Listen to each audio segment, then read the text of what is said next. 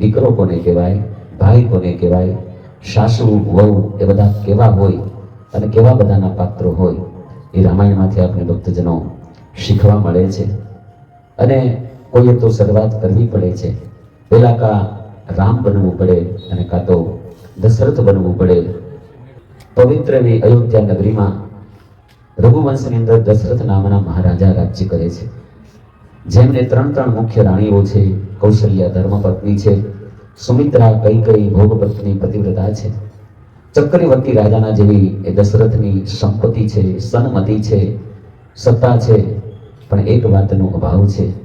એક દિવસનો સમય છે. દશરથજીના દિલમાં વિચાર આવે છે, દશરથ રાજાને સંતાન નથી, એનું મોટું દુઃખ છે. અને દરેક ગ્રહસ્થ ભક્તોને આવી એક અપેક્ષા રહેતી હોય છે ભક્તજનો. એટલે તો નિષ્કુળાનંદ સ્વામી એવું લખ્યું છે, સંસારીને તો જેટલું સુખ, શુત વીત વિના માને દુઃખ. સંપત્તિ ન હોય, સંતાન ન હોય તો એમનો વસવસો, એમનું દુઃખ એ હરિભક્તોને, ગ્રહસ્થને કાયમને માટે સતાવતું હોય છે. દશરથ રાજા વિચાર કરે છે, મને સંતાન નથી. આ પીડા મનમાં વારંવાર સંતાપા કરે છે. વિચાર વિમર્શને અર્થે દશરથ રાજા વશિષ્ઠના આશ્રમની અંદર આવ્યા છે અને ગુરુની પાસે પુત્રની માગણી દોહરાવી છે. તો વશિષ્ઠ ઋષિ એમ કહે છે કે દીકરો નથી તો વધારે સુખી છો તમે. તો રાજા વિનંતી કરે છે કે ગુરુ, તો પછી રઘુવંશ અટકી જશે અને આપની કૃપા થાય ને જો મને સંતાન સુખ પ્રાપ્ત થાય તો રઘુવંશ ચાલુ રહે. ત્યારે વશિષ્ઠે એમ કીધું છે કે હે રાજન, એક ઉપાય છે કે લોમપાદ નામના નગરની અંદર એ લોમપાદ નામે રાજા એ રાજ્ય કરે છે. ઋષિનું નામ છે ઋષ્યશુંગ નામના મહર્ષિ. એ લોમપાદ નગરની અંદર પોતાની પત્ની શાંતાની સાથે ત્યાં નિવાસ કરે છે. એ ઋષિ જો અયોધ્યાની અંદર આવે અને યજ્ઞની અંદર પોતાના હાથે આહુતિઓ આપે તો અવશ્યપણે તમને એક નહીં પણ 4 પુત્રનું સુખ તમને પ્રાપ્ત થશે. એટલા માટે દશરથ રાજાએ પુત્ર કામેષ્ટિ યજ્ઞ કર્યો છે અને ભક્તિ સહિત આહુતિ આપી છે. દશરથ રાજાએ યજ્ઞ ક્યાં કર્યો હતો? કોને કોને દર્શન કર્યા છે? તમે કેશુભાઈ, વિરજી બાપા, નટુભાઈ દર્શન નથી કર્યા કોઈ?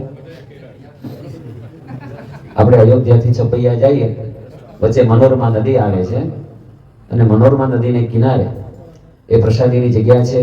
ધર્મદેવ પણ મહારાજને લઈને ત્યાં પધારતા અને દશરથ રાજાએ પુત્રેષ્ઠી યજ્ઞ ત્યાં કર્યો હતો. એ યજ્ઞ ને અત્યારે બધું યજ્ઞશાળાનું કામ બધું ચાલે છે.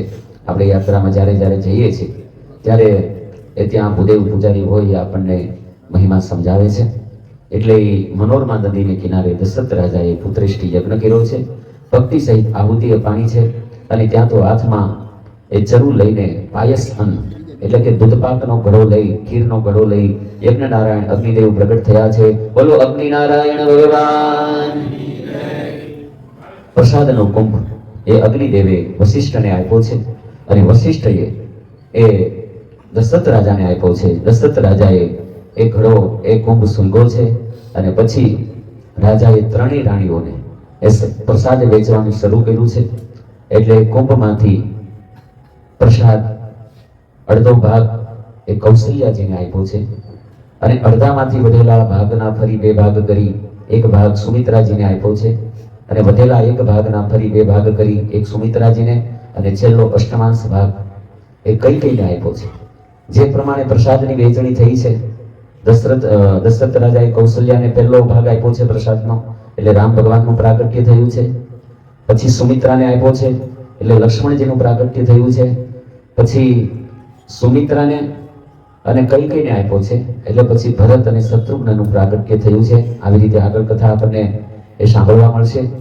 અને સમય પછી સમય જતા પ્રભુ પોતાના અંશ સાથે માતાના ગર્ભની અંદર પધાર્યા છે. મંગલ તેજ છે, જેમ સૂર્યને ઉગવે કરી રે, પૂર્વ દિશા રહી શોભા ધરી રે, એવી જ રીતે એમાં કૌશલ્યા શોભવા લાગ્યા છે અને અવધવાસીઓને મંગલ સુપન થવા લાગ્યા છે. સરિયો અમૃત વહેવડાવે છે. અયોધ્યાના લોકો જ્યાં ખાડા ખોદે છે ત્યાં રત્નો નીકળે છે, હીરા નીકળે છે. ત્રણેય માતાઓ જગદંબાનું પૂજન કરે છે અને માતાના શરીરમાંથી તેજની કાંતિ છૂટે છે અને એ સમયે બરાબર શિયાળો હતો. શિયાળો ગયો અને ઉનાળો આવ્યો. ફાગણ ગયો અને ચૈત્ર માસનો શુભ દિવસ આવ્યો છે. અને ધીરે ધીરે કરતા યોગ લગ્ન ગ્રહ વાર તિથિ બધું સાનુકૂળ થયું છે. ચૈત્ર માસની અંદર ભગવાનને ત્યારું એવું અભિજીત નક્ષત્ર આવ્યું છે. મધ્યાહનનો સમય થયો છે. નથી હતી ગરમી, નથી હતી ઠંડી. દેવોને હર્ષ થયો છે, સંતોને આનંદ થયો છે. મર્યાદા પુરુષોત્તમ રામ ભગવાનનો અવતાર છે. એટલે બ્રહ્માના સૂચના અનુસાર પુષ્પવૃષ્ટિ કરી અને દેવો પોતાના સ્થાને ગયા છે. એક અદ્ભુત વાતાવરણમાં જીવોના દાન દેવા વાસ્તે જગતની ધર્મ મર્યાદા સ્થાપવા માટે સ્વયં એ નારાયણ જ્યારે પધારતા હોય છે, પરમાત્માનું પ્રાગટ્ય થયું છે. અને બોલો રામચંદ્ર ભગવાનની જય. પ્રભુ ચતુર્ભુજ સ્વરૂપે થયા છે. ત્યાર પછી કૌશલ્યાજીએ પ્રાર્થના કરી છે અને કૌશલ્યાની પ્રાર્થનાથી ભગવાન ચતુર્ભુજમાંથી વિભુજ બન્યા છે. દશરથને ખબર પડી છે શુભ સમાચાર. હર્ષની એલી મંડાણી છે. અનેક વિધના દાન દક્ષિણા દેવા લાગ્યા છે અને અયોધ્યાની પ્રજા એ નાચવા અને ગાવા લાગી છે. અવધને આનંદ ભયો જય બોલો શ્રી રામ કી. અવધ में आनंद भयो जय बोलो श्री राम की। अवध में आनंद भयो जय बोलो श्री राम की। अवध में आनंद भयो जय बोलो श्री राम की। कौशल्या के लाल भयो जय बोलो श्री राम की।